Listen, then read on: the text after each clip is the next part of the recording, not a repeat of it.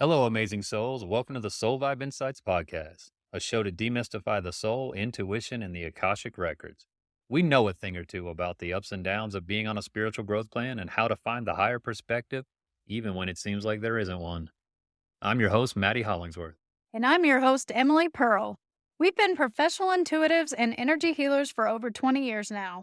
We believe each of us are on a unique path of growth and learning, and our intuition is meant to be our guide.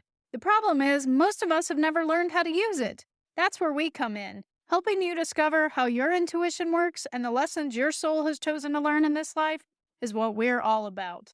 All right, y'all, let's jump right into today's show.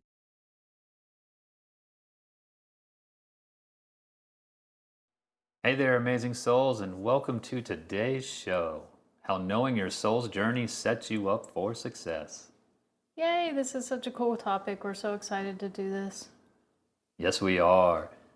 Just a little precursor. Emily and I did a 2-part podcast on Your Life Between Lives and Journey of Souls Explained. I believe those are episodes 5 and 6. We deep dive into all the different types of trainings and soul groups and just everything that we're going to talk about. We give tons of details there. But what we really didn't do is tell you why you should care. How's it going to help you right now in your life? Why does this stuff matter? Why do we do Soul Journey Akashic Record readings for people? That's what we want to kind of get into today, is the importance of what knowing this stuff can really do for you. How it can help you right now in your life make more sense of things so you can have more meaningful experiences. Yeah, absolutely. So we're going to get into 8 different ways knowing your soul's journey can set you up for deeper awareness and more success. All right, we're going to jump right in, y'all. Number 1, discovering your justified karma and why reoccurring themes in your life have happened and how far along you are on learning them.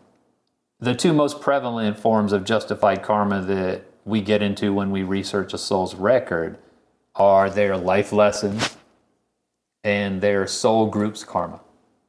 Their soul group's karma, when we think in terms of Earth and the known earthly history, I mean, we're talking about 11, 12,000 years back, potentially. Some of these other star systems and planets, souls have been incarnating there for, I don't even know how long, but in earthly terms, we're talking hundreds of thousands of years, basically. In that time of their growth and evolution, these soul groups have been interacting with each other. Some of them are intergalactic, been traveling through space. They've created a lot of karma in that place. What they've done and how they've helped or tried to help or overpowered other soul groups and other planets and star systems. There's a whole other history out there that isn't just Earth.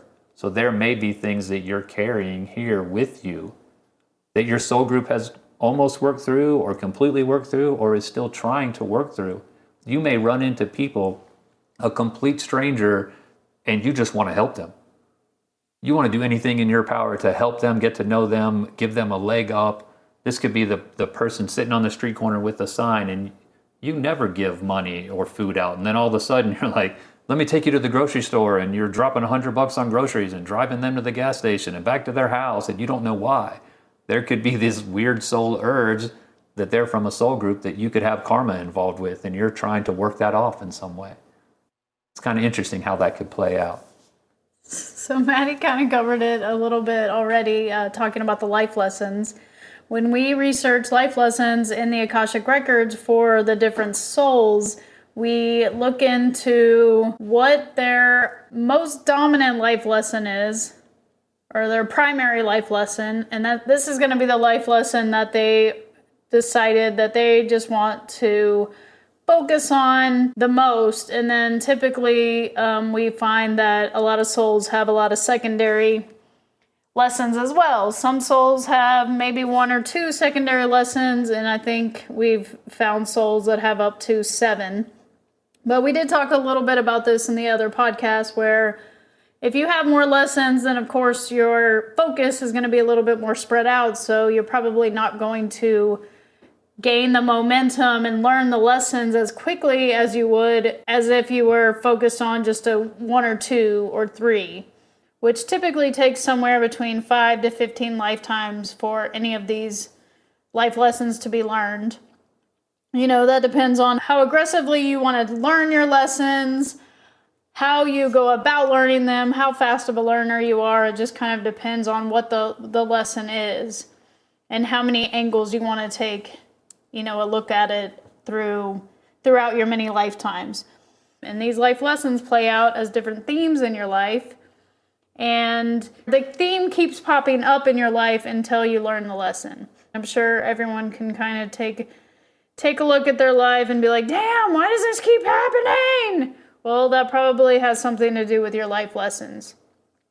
And then there is one other type of justified karma, and that is genetic karma. We do not cover that in our Soul Journey report, but it is something worth mentioning because you probably do have some karma passed on through your genetics, depending on just your family, what your ancestors have been up to 5 generations. So there is karma that is passed on through that as well.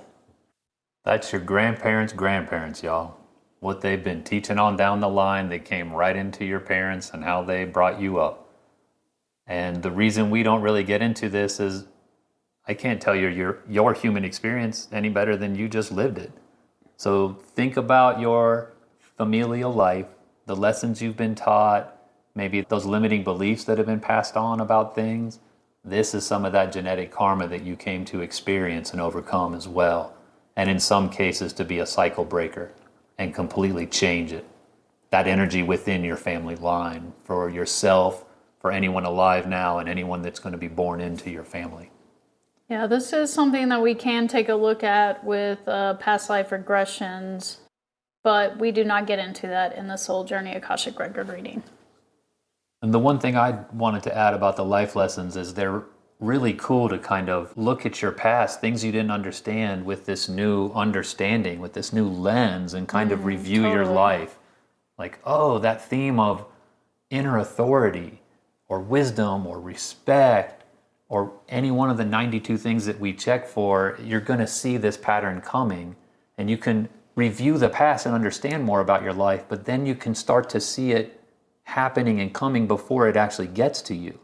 So these challenges and obstacles and this life lesson, these themes, if you know ahead of time, you can actually smooth them out some. And if you actually start to view them as a positive thing, as they're there for your learning and it's good, you'll start to attract more positive learnings, more positive challenges and obstacles, instead of the blowing up in your face, the crazy shit, the why is this happening over and over again, can turn into, oh yeah, I got this. That was awesome. Cool, thanks for the learning. Oh, that was a little rough. Thanks for the learning. And you move on. Totally. And it gets better and better and easier and smoother. That potential is there, but that's about perspective, and that's up to you. Yeah. So basically the summary is it helps you gain more mastery over 2 of the 3 types of your justified karma. So the second way that knowing your soul journey can set you up for success is you get to find out what your soul has been up to in between your lifetimes. So each soul takes on different trainings. Like Maddie said earlier, we did cover more about this in our other podcasts. But these different trainings that we take on, it's essentially, these are your innate skills. You are born into your human body already being very skilled in certain ways. And some of these skills could be, you may just be drawn towards healing, or you may be this natural counselor, or you may be someone who can see earthbound spirits and know exactly what to do to help them cross over. So there are all these different skills that you may just innately have that you haven't learned or studied in this lifetime, and chances are that has something to do with the skills and the trainings that you've had in between your lifetimes. Yeah, I think that's super cool. We are continually learning as a soul, and we do it when we're in a light body. We come to Earth to do it in a different way as well. But all of these skills, wherever they're learned, wherever it's coming from, you get to have it here with you in the now. Yeah, that is cool. Having the awareness of what these skills are can really help you tap into them. And quite often our clients realize, oh yeah, that makes total sense because of X, Y, and Z.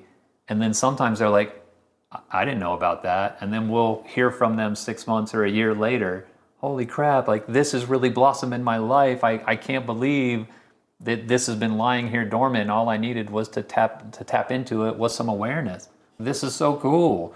Yeah, my career has actually changed trajectories now because something that was a passion for me, I actually realized I have a bunch of training and skill sets in my soul around this. So people have taken left turns and found more soul purpose in their life because of these skill sets. Yeah, totally.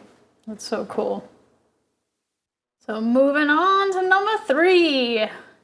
Understanding your vibe and the energies you bring to the table and how it corresponds to earth energy. So basically, when you are finding out what your vibe is, what your vibration, what energies you bring to earth with you, there's a lot. I mean, it's on a continuum.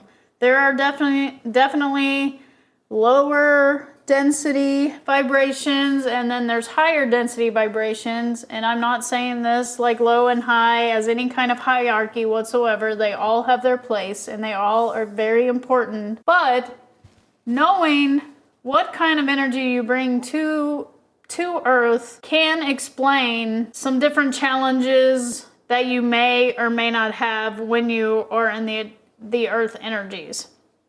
So for example, if you come from a high vibrational planet, you have these higher vibrational energies. So when you get to the denser earth energies, then you're going to have this weird adjustment. It's going to be a little bit more difficult for you to adjust because your inherent energy is just like, wait a minute, things are just easier. In this high vibrational energy field, things are just different. I guess maybe not easier because every soul group has their own challenges and every training has their own positive sides and their challenges, but you will have a harder time adjusting to the dense energies if you come from more of a higher vibrational planet. Whereas, I mean, the opposite is true too. If you were to come from a denser energy than Earth, then you would have a harder time adjusting, but in the opposite way. So it just really depends on how your vibration resonates with the density of the Earth energy. And of course, this is also going to be how well you handle challenges, how skilled you are at your emotions. I like to think of this as if my soul is used to 5th dimension or 7th dimension, and I'm born here and I zip on my human costume, it's straight up claustrophobia. Like, what is going on? This thing is so close to me. It's dense. I have gravitational pull now. I eat and have bodily waste. Like, what is going on? I mean, sometimes your soul is from a light body planet, and you may be from a planet that has more of a mental faculties and don't really deal with heavy emotions. Oh, totally. And you're here as a human, and like, man, your mind is sharp, and you are fast at organizing things, and you learn quick, and you're probably computing things a lot quicker than others, and you may even have to slow things down for them sometimes when you're around. But then while you're doing that, all of a sudden these emotions come up or something happens, and you're dealing with who knows what that you've never dealt with before, and how that may mess with your mental faculties. Totally. Or like your partner or your son or daughter starts crying and it's like, I don't know how to handle this. Yeah, I was just thinking about, and then you're having an emotional pull to go be with your kid that needs you and stuff. I can only imagine what the difference is like. I know my soul group of origination has physical incarnations. It is 5th dimension, so it is a little bit different, but my soul is used to dealing with mental and emotional things at the same time while in a body. But not everyone is. Some planets don't have any negative concepts. And then you come to the duality of Earth and you're dealing with positive and negative experiences at the same time. That polarity, that potentiality within duality.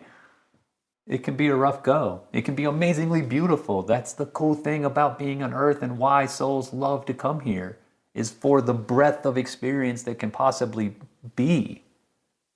But just know that if you feel a little out of sorts and out of place, that's not abnormal, especially if you're not an originating Earth soul. 75% of the planet originates from Earth. Their souls started here, always come here. Maybe some of them do explore others, planets and systems. That does happen some, but for the most part, Earth souls come to Earth. Earth's their home. That's why they're an Earth soul. 25% are starseeds, which leads us into number 4. Are you a starseed? If so, what kind? And how your formative years on another planet have impacted who you are today. So if you're one of the 25%, you may naturally feel a bit alien or out of place here while you're in a human body and have no reference point for why you always just kind of feel out of sorts. If you think about statistically, you're 1 in 4.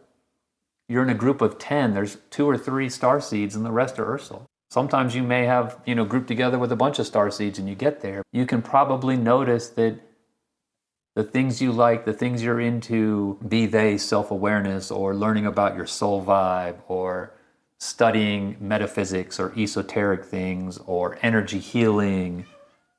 When you're talking to everyone in your family, you may not be jiving with all of them. You may with some and not others. So just know that it's not abnormal if you're feeling out of place, especially if you're a starseed. You've got a human suit on and you're probably not used to it unless you've been here 150 or 200 times. And even then, there's still challenges. We've seen a lot of people that have been here that many times. But yeah, it's not without challenges, ever. That is the nature of Earth. That's why you keep coming. Even if you've come 200-something times and you're pretty good at being here, there's still going to be challenges. So number 5. So we have a section of the reading that talks about past lives. We talk about past life roles. We actually go into depth into a few of your past lives as well, just depending on what comes through. And so this is a section that tells you about how your life lessons have played out in some of your past lives. So this could have to do with life lessons that you've already mastered, but most of the time they have to do with the life lessons that you are working on right now and how they've played out and looked at in some of your past lives. And so this is really interesting to compare to your current life and how your life lessons are playing out in your current life compared to some of your past lives as well. I really think this helps bring that awareness to several lifetimes, 5 to 15. The different families you need to be born into, the different genetics you're bringing to it, to really get this well-rounded theme over and over again to where it's like, I know inner authority or wisdom or respect back and forth through all these different lifetimes. I get it. Totally. I have mastered this, or you're getting close to it, or you're just starting out. But really think showing you some other lives and weaving that in really helps give you perspective on what your soul's been up to when it comes to your life lessons. Absolutely. This also leads into your strengths and your accomplishments from these past lives. As we're telling you about some of these things you've been up to and some of the themes and what's happened and what you've done, maybe some motivations there. This also helps with curiosity a little bit as well. Yeah, too. absolutely. We found that people are just like, oh my goodness, I've always studied Roman history and now I get it. Now I know why that's been in my brain ever since a little, and like no one in my family was into that.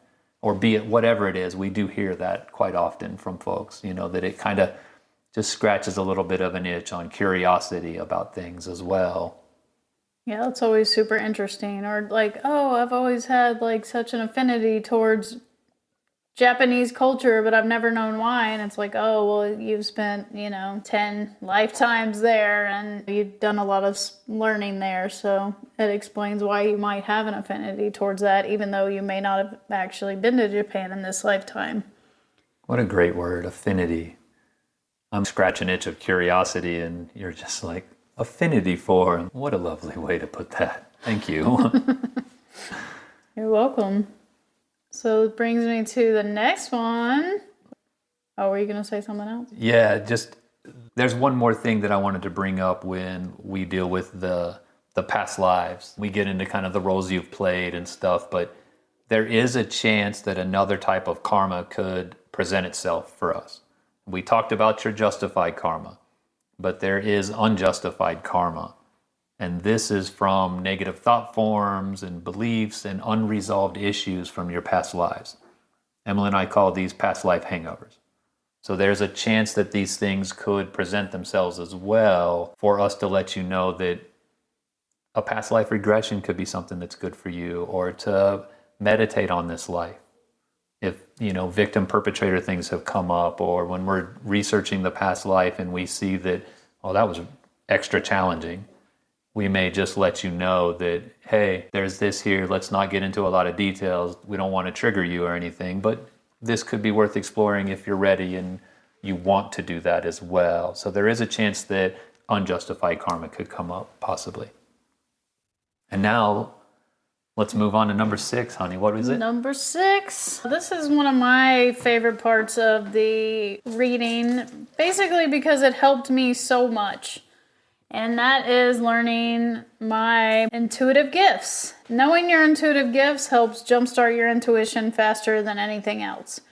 Because we have brought this up in or we probably have talked about it in most of our podcasts, but once you know how your intuition works, then it'll jumpstart your intuition faster than anything else. I'm just going to reiterate that point, because once you really start to cultivate and nurture your intuitive gifts, the ones that are just kind of innately there, the ones that you are born with, that come easy to you, then you will immediately be able to work with them and be able to recognize them. So, sometimes even though something is there and it's innate, sometimes it just needs to be pointed out in order to be able to clearly see it. And so I felt like that was the case for me when it came to learning my intuitive gifts. I was like, okay, yeah, I can definitely see how that's played out in my life, how that works now. And it just basically helped me connect with my intuition.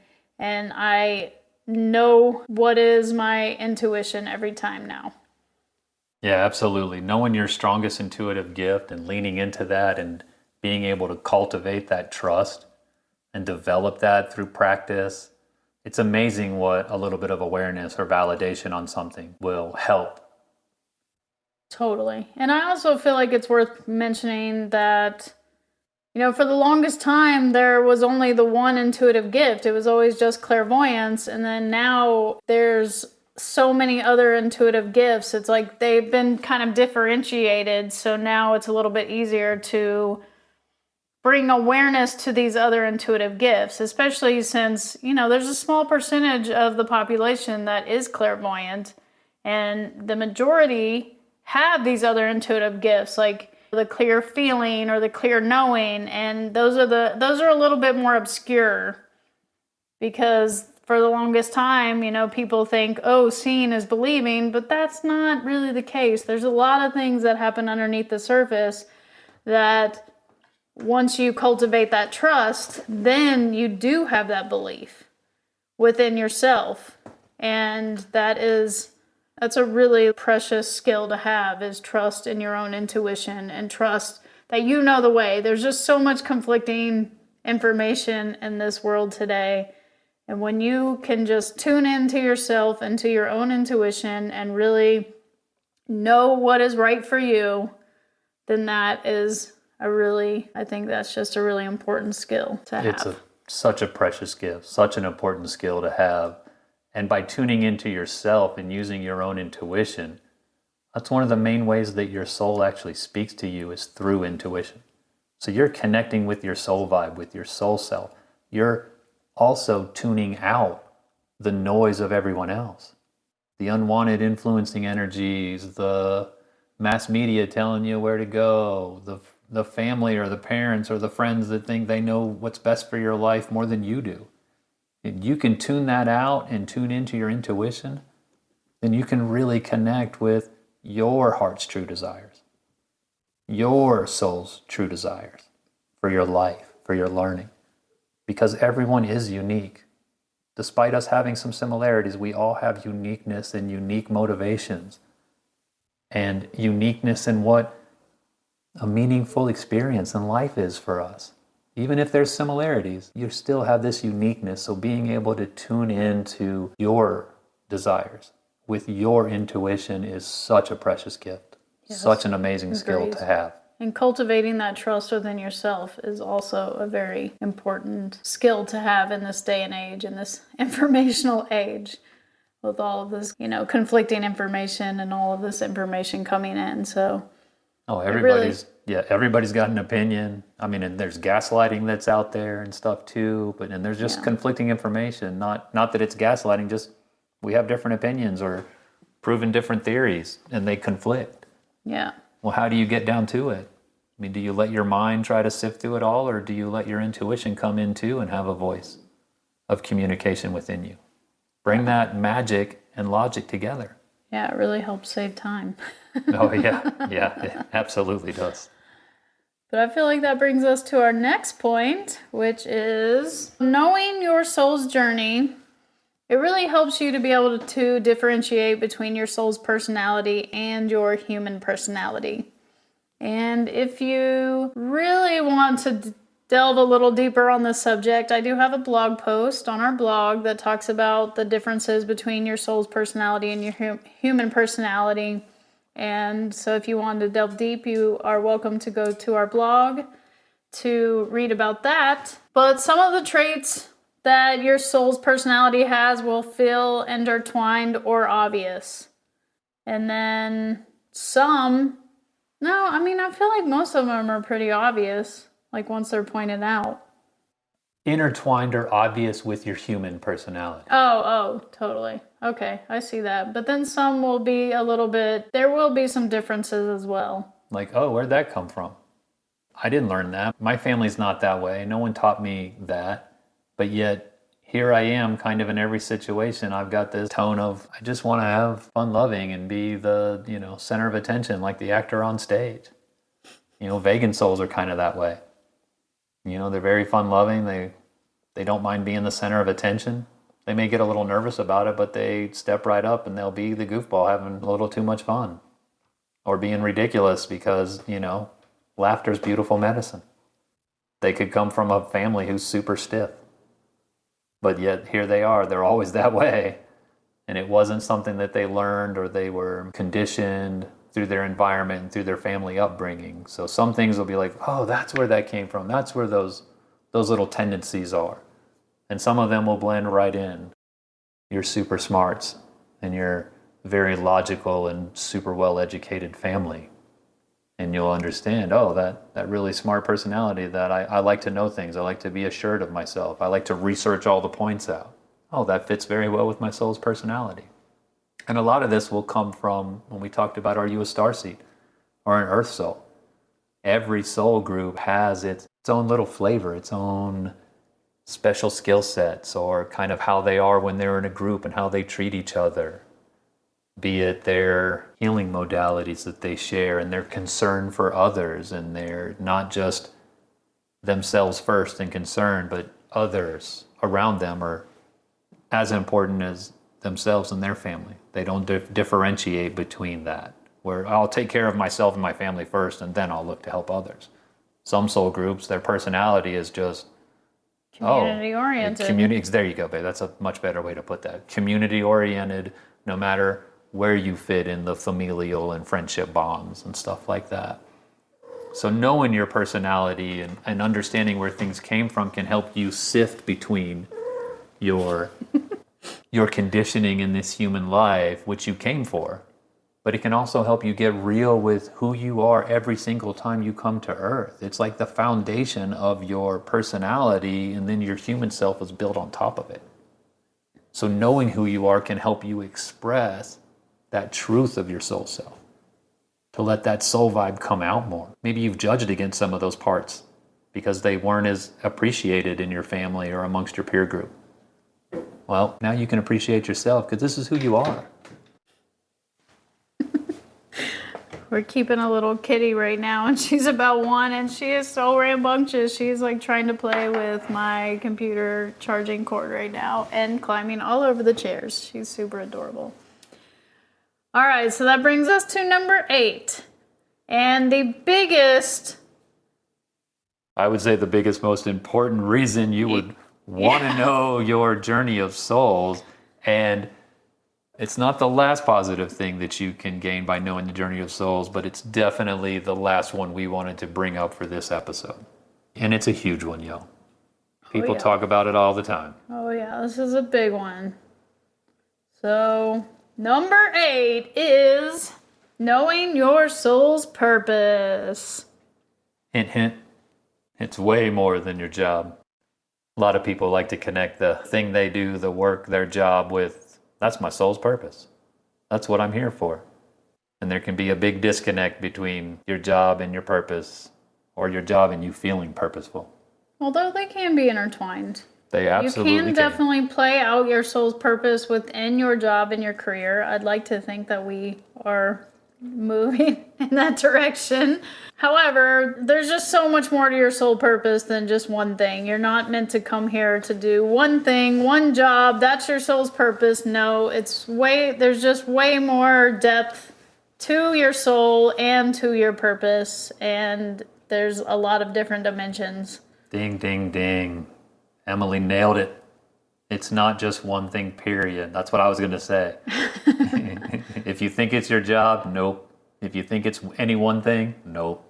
Yeah, it's so much more. So much more. A huge part of it is being here, having the human experience with spirit.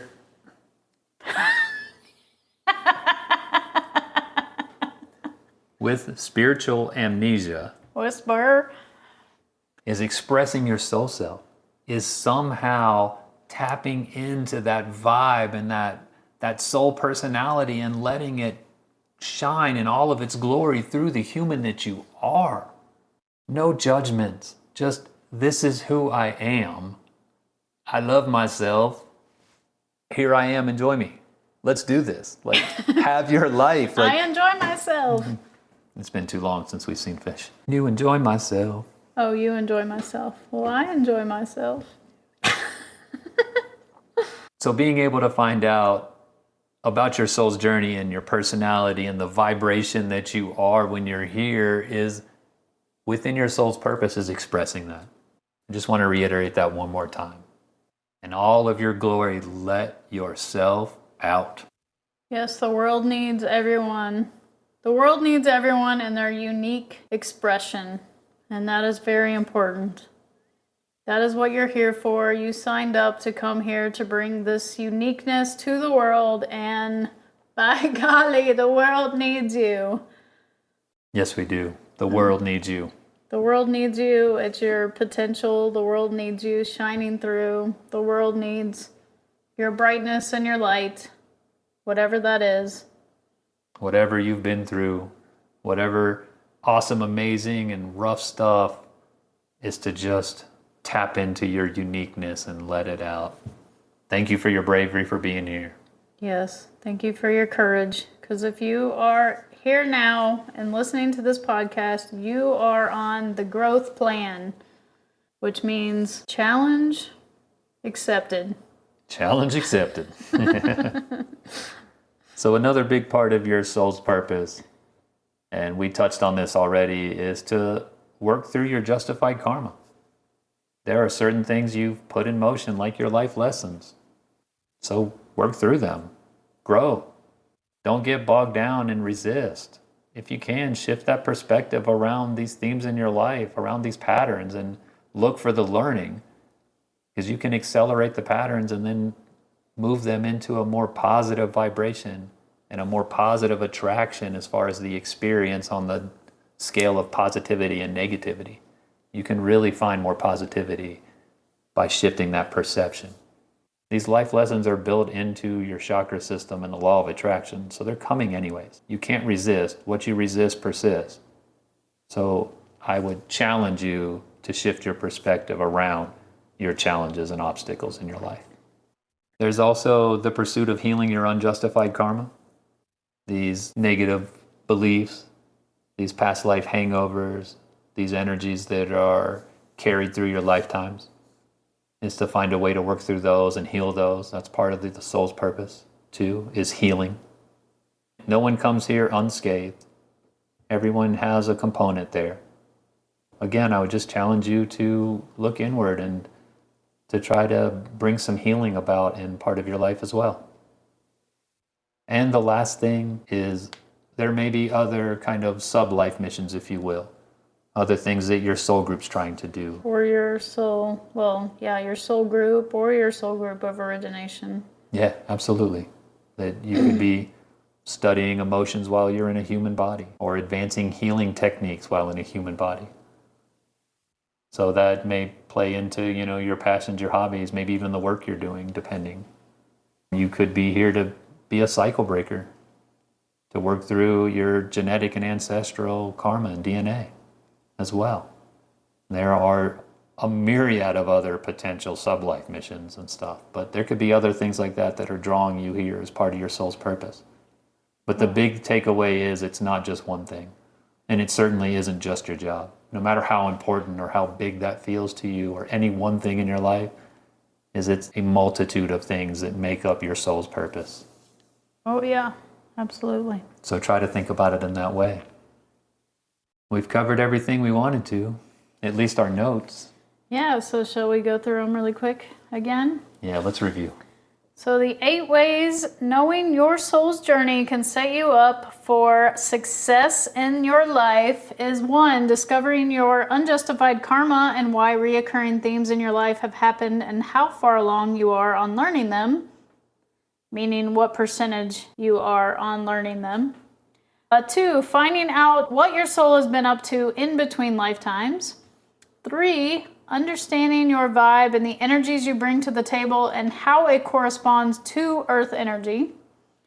4, are you a starseed? If so, what kind? And how your formative years on this other planet have impacted who you are today, or planets. 5, how your life lessons have played out in some sort of your past lives, as well as what roles you have repeatedly played in your past lives. 6, your intuitive gifts, what your strongest intuitive gifts are, what your secondary intuitive gifts are, and knowing this helps you jumpstart your intuition faster than anything else. 7, what your soul's personality is and how it is different from your human personality, so you can differentiate it from your human personality. And number 8, your soul's purpose. The good old soul's purpose. Thank you all so much for listening today. We are forever grateful for your support and for listening. Yeah, we really appreciate you tuning in and joining us on this adventure of self-discovery and awareness. If you're enjoying the podcast, Emily and I invite you to connect with us, connect your energy with us. Leave us a 5-star rating and give us a review. Let us know what you're thinking. There's always a link in the description to our email. Let us know what's going on. You got any questions? What are your experiences around intuition, the soul, the Akashic Records? What else do you want to know about? Yeah, if you just want to share some of your experiences, we'd love to hear about them as well. Absolutely, y'all. Take care of yourselves, soul friends, and we'll catch you next week. All right, have a good one. Well, it's night for us, so have a good night.